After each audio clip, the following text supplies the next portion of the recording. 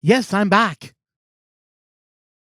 My call sign is Victor Alpha 3, Foxtrot Uniform Charlie. My name is Ron, Romeo Oscar November. Thank you for coming back to the channel. I'm glad to be back. You know, I've been gone for a little while only because COVID has been really been a damper. And you know what? I decided to take some time off and really focus on what I wanted to do with this channel. I'm glad I did that because it allowed me to also get my honors. That's right. I can play an HF now. Yay! Um, so why haven't I done any other like live streams or anything like that? Well, to tell you the truth, I don't think the live streams were interesting enough for you guys. I don't think you guys liked watching the live streams. I really didn't get any interaction. So I kind of stopped doing those live streams of me studying. And I know you guys want to watch more of me playing in amateur radio rather than watching me just talk for the sake of talking. And I get that. So that's why I took the time and went and studied and got my test finally done.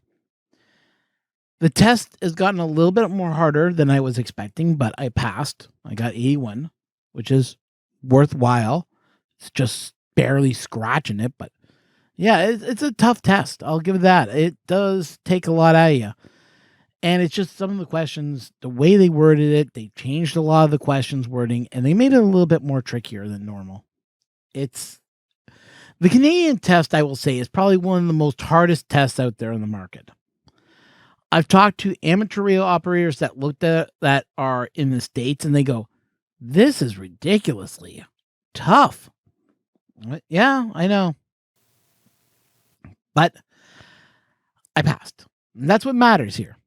I got my 81%. I can play on HF, and I plan on doing a lot of stuff in HF. I plan on doing the Lampota.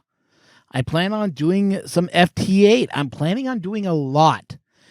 And the thing is, I want to be able to have fun with you, the viewers, because honestly, this is what it's all about. It's all about us having fun and geeking out on ham radio. Come on. Who does not like ham radio?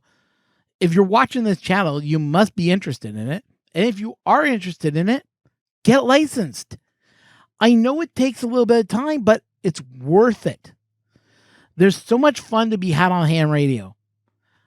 Like, I remember my first ham radio contact. Blew me out of the water.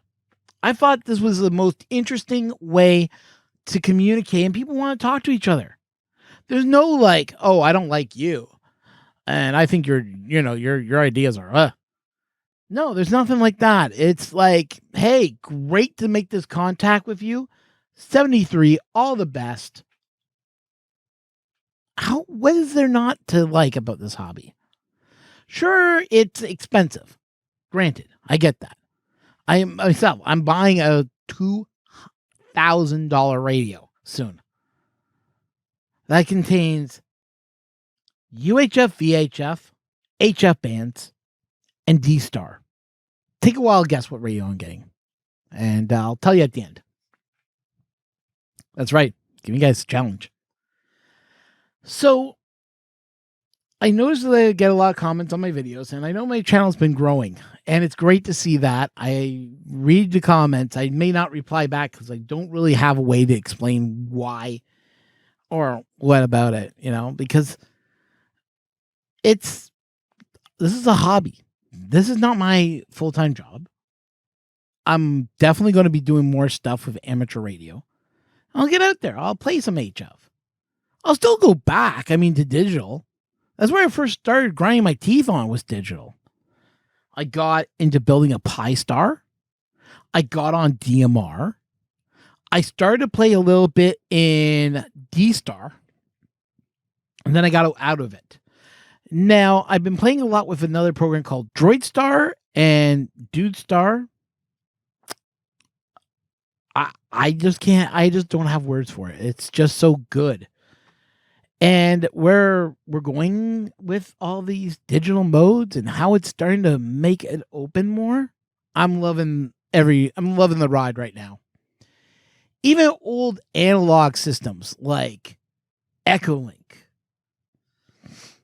is starting to become better. Modes like All-Star, which I will be getting an All-Star node soon. I want to play with that. I want to see what it is. I want to know what were these modes because they all came out after I got my license, but there haven't been as much options to play with them. So I want to play in these modes. I want to see what else is out there. And we're going to have some fun with this, guys. We're going to have a lot of fun. Playing amateur radio with each other.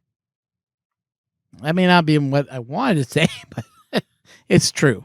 We're going to have a lot of fun. And speaking of fun, I want to get, like I said, I want to do a lot more POTA activations. We got a couple parks in our area which are POTA kind of certified parks. And I want to get out there. I want to show you guys the park, give you guys a little bit of history, and then set up my antenna and just get crazy and make contacts like mad. And I will post when I'm at a POTA event on Twitter. So if you're not following me on Twitter, check out Canadian Maker PR. That's Canadian Maker PR. The only reason that it's called Canadian Maker PR is there wasn't enough for Project. So Canadian Maker Project, CMP, you'll see a little thing pop up over here. And it's just my other channel where I talk about 3D printing. Because it's another hobby I love, is 3D printing. I actually work in a 3D print mill. 3D printing farm. Work with a whole bunch of machines, and it's a challenge, but it's fun. I enjoy it. And I'm learning a lot every day. So with that, there's a challenge there, and I am enjoying it. But to be actually finished my studies is a big thing, because I really do want to take you guys out. I do want to go out there. I do want to activate a park. I want to have that fun. I watch KMRD radio, and I watch how he works, and he has fun doing it. He is the POTA daddy, as he calls himself. And I agree with him. He is the POTA daddy. Am I trying to be like KMRD? No. It's just where my location is, where I'm living, doesn't give me an option to actually set up an antenna properly. That I can actually set it up, ground it, and keep it up and running. I'm in one of those conditions where I'm not in an HOA, but there really isn't anywhere for me to set up an antenna. That's the problem. That's why I have the Wolf River coil. The Wolf River coil I can just set up on anywhere on the ground, drop it, run a 10-foot or 18 feet of cable to it, and then run it, and then play, and see what I can get. Make some contacts. That's the only reason I have it. If I can make, a contact with you guys, I love that. And if you're not already amateur radio, like I said, get your license. It's not that, listen, if I can do it, you can too out there. I know that because I have a learning disability. Granted, I don't show it, I don't talk about it, but I have it. And if I can spend the time to study and understand this stuff, you can too. I know you can. And I want to see you guys get out on the air. If you're not already on. If you're already on, great. Honestly, I'm happy to be part of the, 0.02%. I saw it on a t-shirt, part of the 0.02%, and I just thinking to myself, yeah, that's not a lot of people getting into amateur radio, but I want to see more people get into amateur radio. I'm also launching a new program. I got an Etsy store opening up soon, and I will be selling my plaques. That's right. I'm doing an amateur radio 3D printed plaque. If you're interested in the project, I'll have a link down below in a pinned comment once that is launched. It might be launched right after this video. I don't know.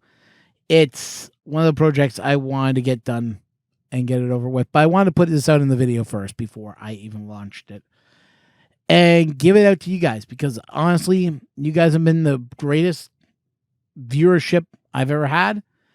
And honestly, I love the comments that, even though they're older videos and you guys are commenting, I do read them. I may not respond, but I do read them. And if I don't respond, it doesn't mean I didn't read your comment. It just means I can't say anything towards that. Like, there was a comment put on about Peanut. I'm like going, well, yeah, I know Peanut, but I'm not really involved in the project, so I can't really specify if it's worth the money to invest or not. It's just another way of getting on DMR through the internet. I didn't build it. I don't work. Same reason I haven't done a video on Droid Star or Dude Star. Because number one, I've used it a little bit, but I don't feel like there's anything I can talk or add to it that would make you go, oh, yeah, I'll get it. I mean, I'm not familiar with the D-Star network. And there isn't really a source out there that explains how to use D-Star and what all these nodes are. There just isn't. But guys, I'm looking forward to getting out there a little bit more. Getting out on the radio, calling CQ, and hopefully one of these days hearing you guys out there and giving you guys support too. Because that's what we're all out here. Have fun and play radio. So with that being said, I'm going to say 73. Thanks for watching, everybody. And yeah, I'm not dead. I'm just now have my honors. And I can play amateur radio with you all. 73, everybody. Thanks for watching. Have a good one.